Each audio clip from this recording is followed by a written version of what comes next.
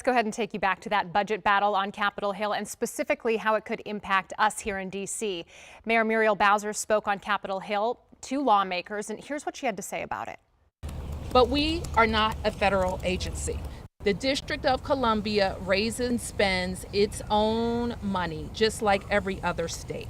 It focuses on three main areas: public safety, public education, and economic growth.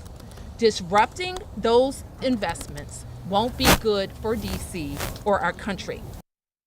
Bill passes, it could lead to $1 billion in cuts specifically for the district's budget. Our Rafael Sanchez Cruz is joining us live on the Hill. Rafa, you listened to the mayor speak. What do we need to know?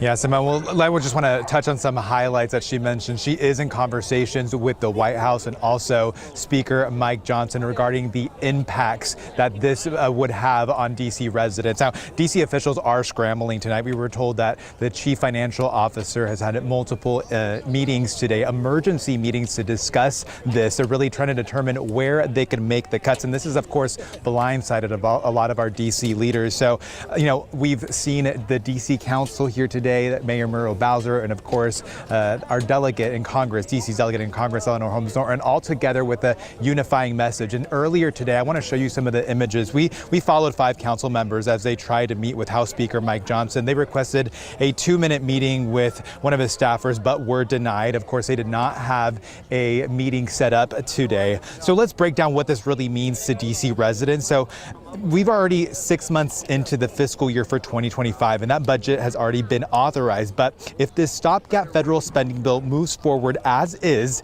DC would be treated as a federal agency and would have to go back to 2024 budget spending. That means city officials would have to make $1 billion in cuts. The DC Council says that would translate in mass furloughs and direct impacts to DC residents. Chairman Phil Mendelson spoke to us about those impacts. Let's hear what he had to say. If we were to have to reduce our spending by $1 billion, there's no question that we would have to reduce law enforcement, we would have to reduce all aspects of public safety, we would have to cut teachers, we would have to cut homeless services programs, all the kinds of things that actually many of these Republicans have been talking about, public safety and cleanliness of the city. We are not a federal agency. We operate like a state. We raise our own revenue. We are not funded by the federal government.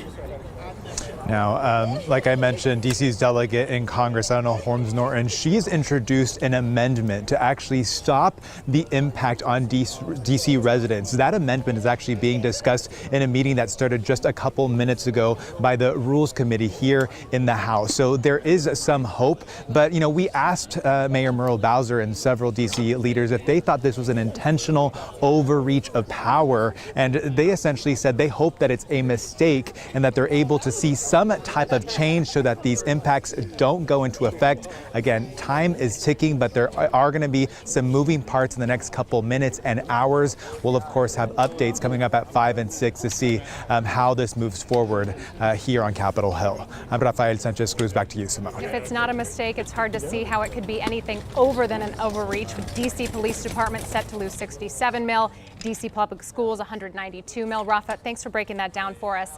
We'll check in with you for updates as soon as you have them.